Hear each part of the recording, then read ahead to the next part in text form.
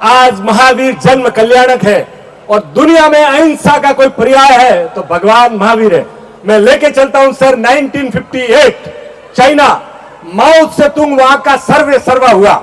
उनके सलाहकारों ने आके बोला कि साहब ये 4 जीव जंतु को मार दो, हमारी चाइना की प्रोग्रेस हो जाएगी। कौन सी? मक्खी, मच्छर, चूहा और लास्ट में चिड़िया। उन्होंने कहा कि एक चिड़िया साल भर में हमारा 4.5 किलो अनाज खाती है। हमारे यहाँ करोड़ों चिड़िया है, हम लोग अगर करोड़ों चिड़ियों को मार देंगे और करोड़ों चूहों को मार देंगे तो इतना अनाज बच जाएगा और हमारा चाइना खुश हो जाएगा। तब उन्होंने एक प्रोग्राम लॉन्च किया, स्पैरो किलिंग। क्या? Sparrow killing. और पूरी दुनिया में आप सोच के ताजुब करेंगे, उनका हर गांव उसके काम के पीछे पड़ गया। सुबह उठ के पहले दिन उन्होंने 1,94,432 चिड़िया मारी सर, फर्स्ट डे। और इतना जो आदमी ज्यादा मारता था उसका सम्मान करते थे। यूनान करके लड़का था, उसने 20,000 चिड़िया मारी तो उसको राष्ट्रीय गौरव दिया। 1958 से लगाकर 1960 तक उनके घोंसले तोड़ डाले, उसके अंडे तोड़ डाले।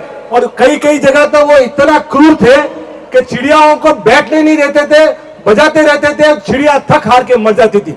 एक बार तो चिड़िया घुस गई थी पोलैंड के दूतावास में, चूंकि ये दूतावास में नहीं घुस सकते तो बाहर खड़े रहे और बाहर से नगाड़े बजाते रहे। और 2 दिन के अंदर हजारों चिड़ियाएं अंदर मर गई और उन्होंने फावड़ा और बेलचों से सब बाहर डाली।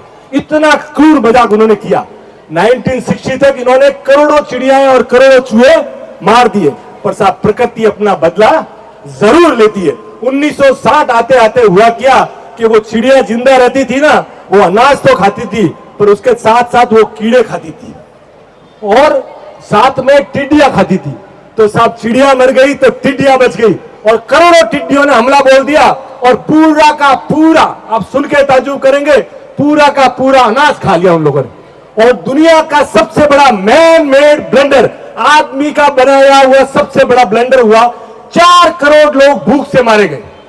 कितने?